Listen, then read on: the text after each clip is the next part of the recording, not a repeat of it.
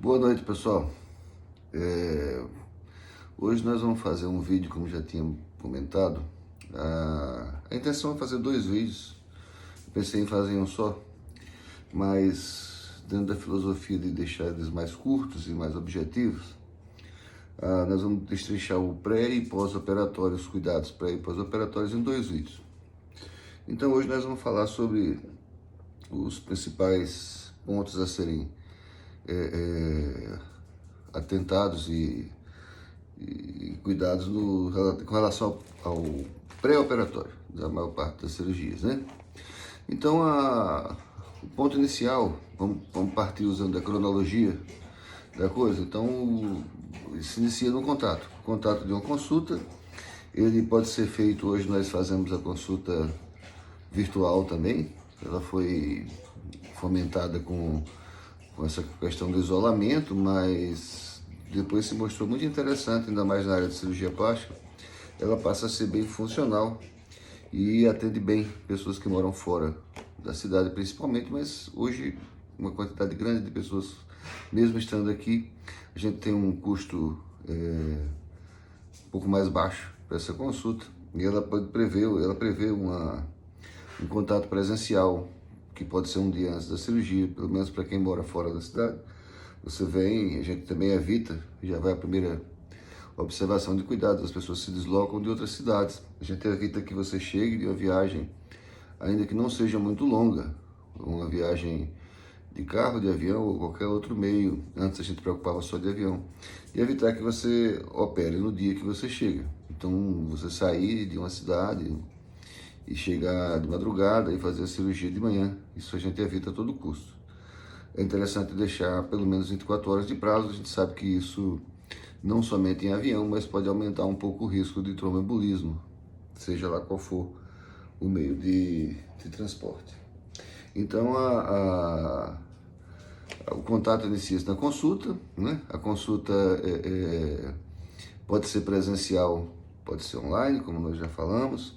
E nessa consulta nós vamos fazer um parecer geral de tudo que ligando a sua queixa com aquilo que a gente enxerga de indicação, né, para o seu caso, sugerir uma sequência se houver mais de um procedimento, sugerir associação se for possível, ou condenar a associação se a gente entender que não é o mais adequado. Aí são, né, é interessante, a gente sugere sempre que as pessoas tragam o que incomoda. É muito comum com o colega Google na atuação aí hoje, a pessoa já chega com uma ideia de fazer uma coisa e vai lá para você executar. Então eu sugiro sempre aos pacientes que deixem o coração e a mente aberta para expor o que incomoda. O que incomoda, né? Coloca dessa forma e a gente vai orientar. Muitas vezes a razão do seu incômodo não é exatamente aquele ponto que você vê. Muitas vezes uma coisa que você acha pequena é outra coisa que está grande concorrendo e vice-versa. Mas nós vamos orientar, discutir tudo isso e fazer aquela indicação baseado na técnica, na nossa experiência, nossa lida, porque algumas indicações, algumas variantes podem variar de um cirurgião para o outro, de preferência de cirurgião, daquilo que funciona bem nas mãos de cada um. Eu não sou o dono da verdade, eu falo aquilo que na minha experiência funciona melhor, naquilo que eu acredito. Então, esse contato, de lá você já sai com os exames, o pedido de exames, melhor dizendo, pedido de avaliação cardiológica. Nós costumamos entregar as receitas já também e um orçamento, né? Lembramos sempre que o passo seguinte, depois desse contato, muita gente pensa que é fazer o exame e depois voltar para marcar uma consulta, ou marcar uma consulta para voltar para fazer para depois na sequência, depois que a gente olhar os exames, pensar na data da cirurgia. Nós orientamos fortemente a não seguir essa coisa, esse hábito vem da doença, onde você, dependendo do exame, você dizer se podia, precisava operar ou não.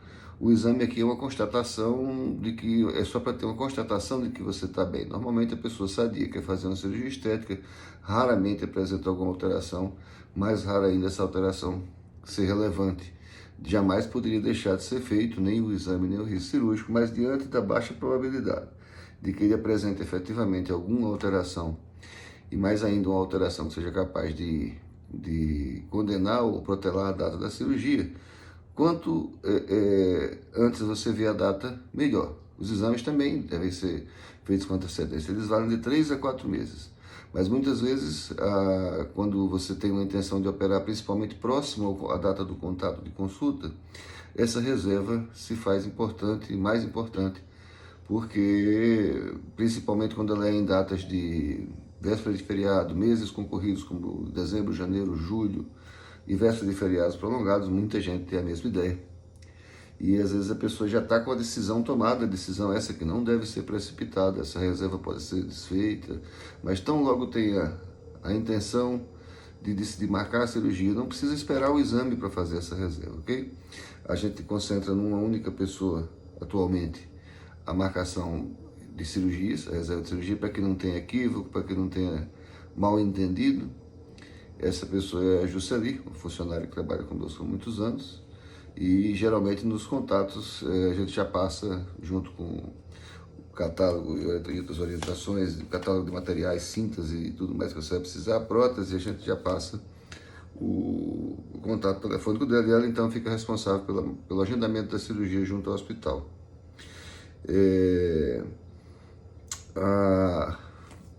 Preparo para a cirurgia. Como que começa? Então passamos essa fase, você já está decidido a fazer a cirurgia. É importante alguns cuidados, como se existirem comorbidades, que elas sejam checadas com os especialistas das áreas específicas. Eu tenho uma má circulação, eu tenho varizes, o cardiologista é quem vai dar a palavra final clínica da liberação para a cirurgia. Ele faz a avaliação clínico-cardiológica e vai dar autorização ou não para a cirurgia. Mas se houver alguma demanda específica, varizes, diabetes, alguma coisa desse tipo, ou uma mastologia, ou um cisto, um tumor que eu tenho na mama, muitas vezes a pessoa acredita que a gente ao operar uma mama, a gente vai abrir, vai ver como se fosse uma caixa lá e tira o que tiver de tirar e faz o que tiver de fazer, nem sempre funciona assim. Então, se houver alguma demanda nesse sentido, é interessante que ela seja checada antes. Você tem que estar mais ou menos na sua forma normal para submeter a cirurgia, equilibrado, organismo equilibrado. No mesmo raciocínio, segue o uso dos medicamentos. Eles devem ser sempre informados, mas como regra geral, os medicamentos que você usa e que supostamente eles trazem o equilíbrio orgânico seu, eles vão sendo usados, devem ser usados até a véspera da cirurgia, né? Anticoncepcionais a gente pode suspender às vezes uma semana antes para uma semana depois pela possível interferência com o aumento de risco de trombose, e a gente costuma suspender aí uma semana antes até uma semana depois, mantendo todos os cuidados para que essa suspensão implica, né? O jejum ele é de a rigor de 8 horas para sólidos e 6 horas para líquidos. Como regra geral, as cirurgias são marcadas aí sempre por volta de 7h30, para você chegar no hospital 7h30. Então a gente sugere assim, meia-noite, a última refeição, né? Se quiser beber algum líquido, alguma coisa que seja 6 horas antes, 2 da manhã no máximo, por aí vai. Outra coisa importante, que a gente vê pouco, mas que eventualmente a gente se depara ainda com problemas desse tipo, é a questão do cigarro.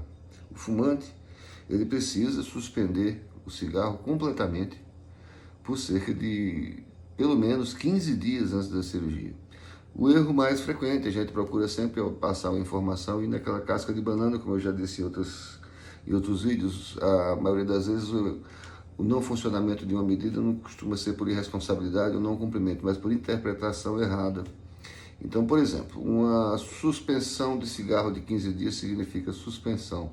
Inclusive, evitar estar no mesmo ambiente, se tiver um parceiro que fuma, um companheiro que fuma, um colega de trabalho, enfim, a convivência no ambiente de fumaça de cigarro, para quem já é fumante, ele pode interferir na cirurgia, sim. O erro mais frequente é a pessoa reduzir, não dá conta às vezes de cortar e achando que reduzindo já resolve. E um cigarro somente pode trazer aquelas alterações indesejáveis para quem já é fumante, que levam uma semana no mínimo para desaparecer. Então, lembrar de suspender completamente as alterações associadas ao cigarro. Elas não são respiratórias, né? A minha cirurgia de anestesia peridural, local, ela não tem uma anestesia inalatória, não tem uma repercussão pulmonar. A questão do cigarro, ela é associada à irrigação da pele. As cirurgias onde essa situação fica mais crítica são aquelas onde há um descolamento mais prolongado de pele, como no caso da plástica de abdômen, de mama, a plástica de face, onde às vezes a irrigação das porções terminais dessa pele descolada pode não ser suficiente e acarreta em necroses, às vezes totais de areola, às vezes necroses terminais do retalho de pele do abdômen. Então é importante lembrar que a alteração está ligada à questão circulatória.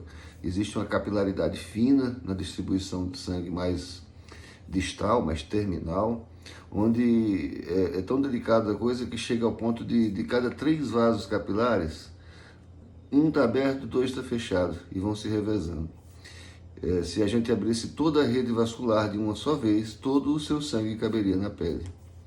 Então é uma coisa que é muito delicada, esse mecanismo de controle de irrigação, e o cigarro, sem dúvida nenhuma, pode alterar. Então atenção para isso. A questão de que não se trata de questão respiratória e que não resolve simplesmente reduzir. Outra coisa importante no preparo pré-operatório é sol, né? Posso tomar sol na véspera?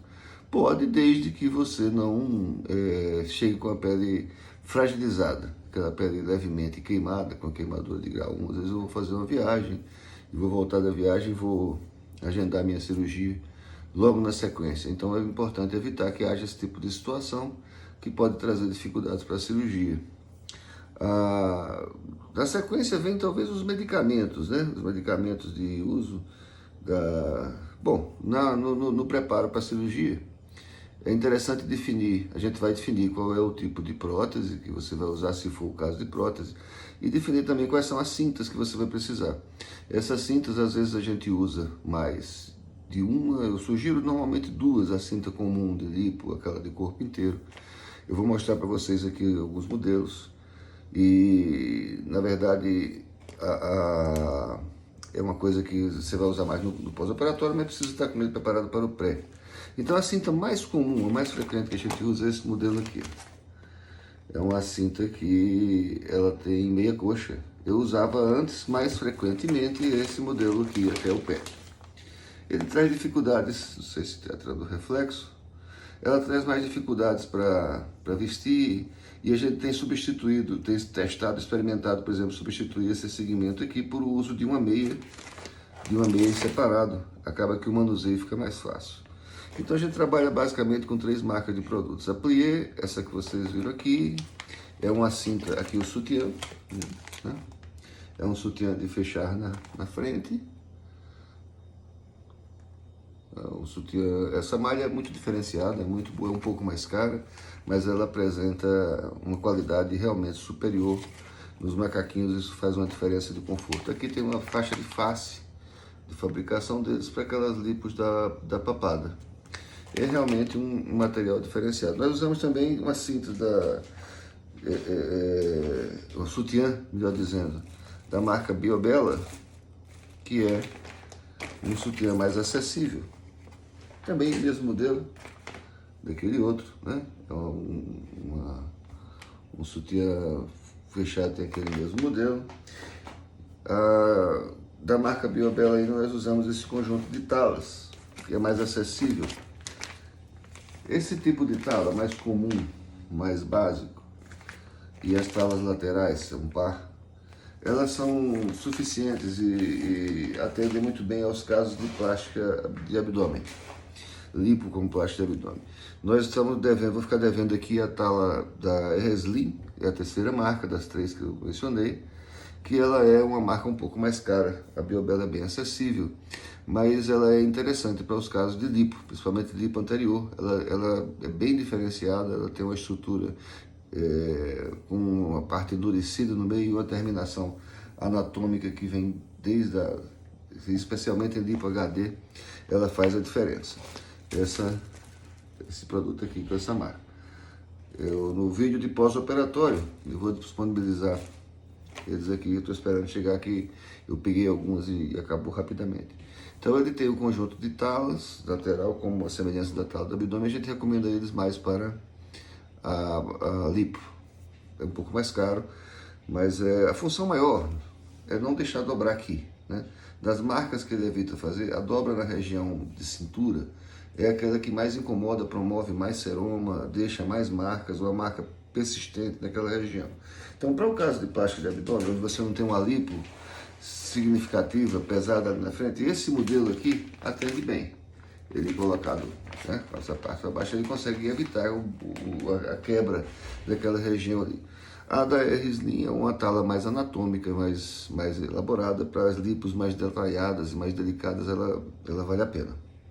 Então, basicamente são esses os produtos que a gente usa. Tem uma novidade aqui que é esse Cima, que eles chamam. Eu nunca tinha visto, eu usei já uma vez e achei interessante. É um produto da R-Slim, na verdade é um calço de silicone, isso aqui, que ele se destina à melhor acomodação das cicatrizes medianas, aquelas mais internas, próximas à linha central, da mama. Quando a gente às vezes utilizava um rolinho de atadura, uma coisa assim. Então o sutiã pegando aqui por cima, ele faz uma definição melhor aqui desse centro. É uma peça confortável, de silicone puro. Inclusive o contato do silicone com a cicatriz na parte mais interna, ele é até benéfico no sentido de evitar a formação de queloide. Aquelas fitas que a gente eventualmente usa em caso de tendência queloide muito intensa, elas são simplesmente silicone. Elas têm um adesivo, mas o efeito delas não há nenhum medicamento, nada, é o contato do silicone com a pele que promove o alinhamento. Completando aqui da cinta, no caso de a gente usar a cinta mais curta, como eu mencionei, que a gente tem substituído um pouco por ela para facilitar o vestir dela, a gente tem complementado com uma meia 3/4, tipo essa aqui. Esse modelo é muito bom, não é necessariamente necessário ser exatamente essa marca. Tem Sigvaris, tem outras marcas. Essa aqui é uma marca boa, da Kendall, e é uma meia 3/4. Ela é bom, é interessante deixar o pé um pouco de fora. Ela vem até esse nível de altura, ela tem uma compressão progressiva, a pressão dela vai ordenhando, facilitando o retorno venoso e prevenindo a trombose desse jeito. Essa meia a gente já pode utilizar logo em seguida, durante a cirurgia, no pós-operatório, já sai com ela, já sai da sala de cirurgia com ela. Repito, não é obrigatório ser essa marca, eu gosto muito dessa. Ela tem tamanhos, esse aqui você pode ver um tamanho M, né? 3/4 é o tamanho, o comprimento dela pelo fato de vir a essa altura da perna. Mas ela existe tanto uma medida de tamanho, de comprimento, mas ela tem também uma medida de largura da panturrilha. Inclusive tem as medidas, quando a pessoa vai comprar, para ela determinar a circunferência da panturrilha e ver se seria M, G, P e tal. E aí vai. Os medicamentos... Mudando agora para os medicamentos, a gente já entrega a receita no pré-operatório. É importante lembrar que algumas coisas que a gente observa com relação ao uso dos medicamentos. Alguns a gente começa antes, se for possível começar antes. Nimesulida um dia antes, antibiótico. O que é essencial de começar antes mesmo é o anticoagulante nas cirurgias em que eles são usados. Ele tem que ser usado na manhã do dia anterior, isso é uma coisa muito importante. Não poderia ser usado na tarde, à noite. É uma injeção feita para alta aplicação. Ela vem... Existem duas marcas mais comuns, são essas aqui. Eu, há pouco tempo atrás, a gente usa dosagem sempre de 20 miligramas. O mais comum é o Clexane, é a minha preferência maior. Um tempo atrás eu cheguei a suspeitar de um sangramento aumentado com relação ao Vesta, mas a gente acabou tirando isso de cabeça e era provavelmente uma alteração da adrenalina que tinha sido exposta à luz. E ela é fotossensível. Então, a adrenalina usada em algumas cirurgias, você já observou um sangramento um pouco aumentado. Então, todas as duas atendem bem. O Clexane é a minha referência maior. Ela vem cada caixa vem com duas, a gente costuma usar cerca de 10, né? Ela é feita para auto-aplicação, e aqui vale a pena lembrar, ela não precisa de ser feita na barriga. A bula fala na barriga, porque para a pessoa fazer auto-aplicação é mais fácil. Em tese, ela pode ser aplicada em qualquer parte do corpo. Então ela vem assim, nesse formato, né? Ao destacar essa tampinha aqui aparece uma pequena agulha, muito pequenininha, do tamanho de uma agulha de dentista, uma coisa muito confortável, e a própria pessoa pode aplicar em qualquer região do corpo. Ao final da aplicação, essa mola aqui internamente dispara um tubinho que fecha a agulha, evitando acidentes. Ela fica dessa forma. Esse tubo sai do lado de dentro e protege a agulha até aqui embutida. Então arrancou essa tampinha, pega ela aqui, aplica no braço, na barriga, onde preferir, aplica até o final. Você mesmo pode fazer, pode ser alguma outra pessoa. E ao final, quando você acabar de apertar o êmbolo até o final, a mola solta esse tubo e já protege a agulha com ela.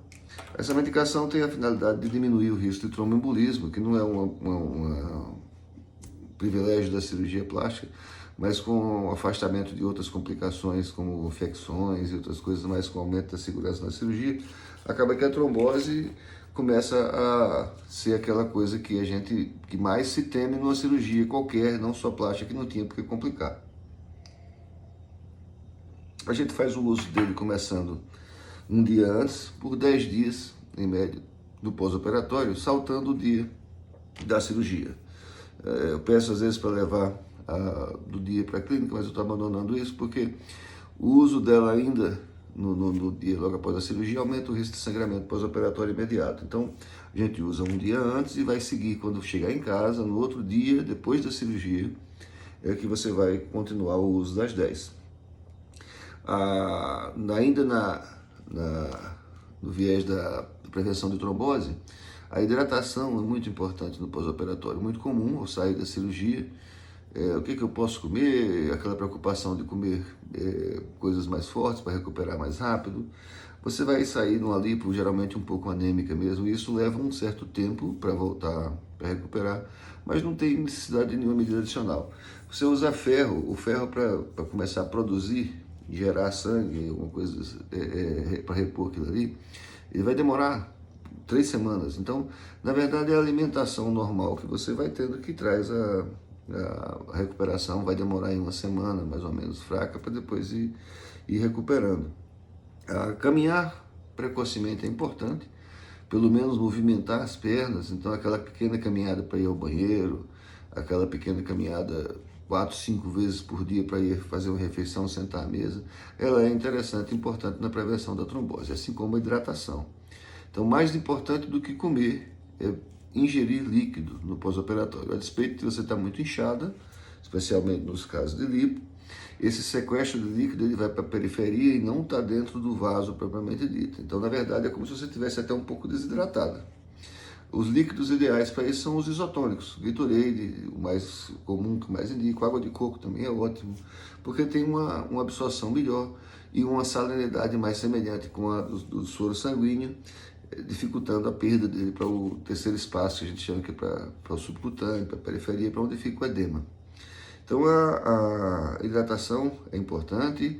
A alimentação deve ser leve também por causa de um outro problema que eu venho levantar aqui agora, que é muito frequente nas mulheres, que é a constipação. A constipação é muito comum em mulheres, 95% talvez tenham esse problema naturalmente.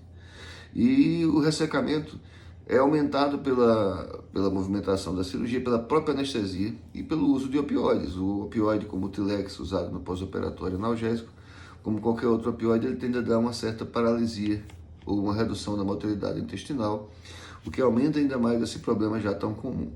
Então a gente orienta na véspera da cirurgia evitar comer coisas muito fibrosas. No pós-operatório, o intestino demora em média 2 dias para voltar a funcionar. Enquanto isso não acontece, uma dieta branda, leve. E para quem tem casos já sabidamente mais delicados, mais incômodos, o uso do supositório de glicerina pode ajudar bastante, uma vez que a constipação é mais devido ao que já está dentro da ampola retal. Então, assim, não é o que você está comendo depois da cirurgia, é o que já tinha mais ou menos quando você fez a cirurgia ele tende a ter uma dificuldade de eliminação. Então, o uso do supositório, a dieta mais branda para dar um timing de a coisa circular ali, é bastante interessante. Então, do preparo, são essas coisas. Os acertos, exames devem ser feitos antes, acertos financeiros devem ser feitos antes da cirurgia. As próteses são pelo menos 48 horas antes, o mesmo serve para o hospital e anestesia. O hospital e a anestesia são acertados lá no hospital. A gente vai passar um valor baseado numa tabela, um valor médio, muito dentro da realidade. Eu detesto essas surpresas, mas eventualmente uma cirurgia pode demorar um pouco mais, por uma dificuldade técnica, por um tamanho um pouco maior. A anestesia por hora tem um valor inicial para as primeiras 2 horas e um valor por cada hora subsequente. A clínica tem uma tabela mais ou menos estabelecida, os dois hospitais que a gente opera, que é a Timos, preferencialmente, operamos também na Bônica, tem um sistema muito semelhante, onde isso é acertado lá. Os implantes, cintas e instrumentadoras e outros valores, como a gente mencionou no orçamento, são acertados diretamente conosco. A prótese, implantes de silicone, são acertados com os fornecedores. É interessante, geralmente a pessoa paga com cartão, eles têm lá as modalidades, e a Ju, que quem faz a reserva de cirurgia na clínica, é também quem vai orientar essas dúvidas, no caso de acertos de prótese, como que faz no hospital. A gente procura, depois da consulta, concentrar nossa energia nas dúvidas do procedimento em si. E ela vai fazer a reserva e vai orientar com relação à aquisição de prótese. Normalmente passa o número do cartão para o representante e a prótese é levada no dia da cirurgia lá para o hospital. Eles são muito eficientes nisso, todos. A gente usa mais de uma marca. Eu dei uma preferência pela marca LifeZil, é uma marca nacional feita no Paraná, eu gosto bastante dela, mas todas as outras são boas e não é essa preocupação, essa marca melhor. Acaba que nós estamos tendo uma carência no mercado de implantes e é interessante também definir com antecedência, especialmente quando o tamanho sai um pouco da média. Nós tivemos algumas próteses, por exemplo, há um pouco tempo atrás, 600 e pouco, eu vi uma de 800 ml, não são muito frequentes, mas elas costumam não ter estoque, mais, tudo quanto mais antecedência providenciar, melhor. Então, assim que agendar a cirurgia, a Juscelie já passa esses contatos e ela mesma faz o contato, você acerta o pagamento. No dia da cirurgia, normalmente a gente pede que chegue entre 7 e 7h30, 7h15, o ideal no hospital. Nós vamos, você vai ser levado ao apartamento e a gente vai encontrar no apartamento onde vamos fazer as marcações relativas à cirurgia, as fotos de pré-operatório, dar algumas orientações com relação à duração, geralmente para o acompanhante pode ficar se quiser, mas na maioria das cirurgias você vai voltar para o apartamento entre 1h da tarde, 2h, a pessoa pode sair, se ficar menos ansiosa, voltar depois. E ao final da tarde, a grande maioria das cirurgias, salvo os casos em que a gente sugere que fique como fácil, alguns casos que pelo caráter maior da cirurgia, pela anemia um pouco maior associada, a gente acaba tendo que sugerir que você pernoite, mas a maioria das vezes sai. O pernoite tem um custo separado também da clínica, mas ele é muito, não diria muito raro, é 10% dos casos.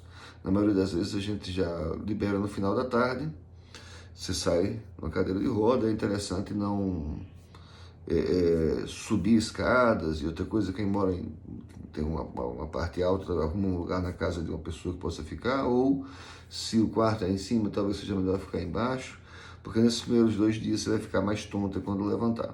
Levantou, tonteou, deita. Mas isso aí a gente vai falar, uns cuidados já pós-operatórios. Bom, eu acho que é isso.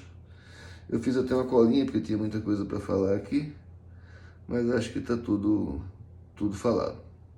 Alguma coisa que eu possa ter esquecido, a gente aproveita o assunto que é mais ou menos uma continuidade desse do pós-operatório, onde eu fico devendo mostrar as talas da Reslim e a gente adiciona e complementa, tá bom?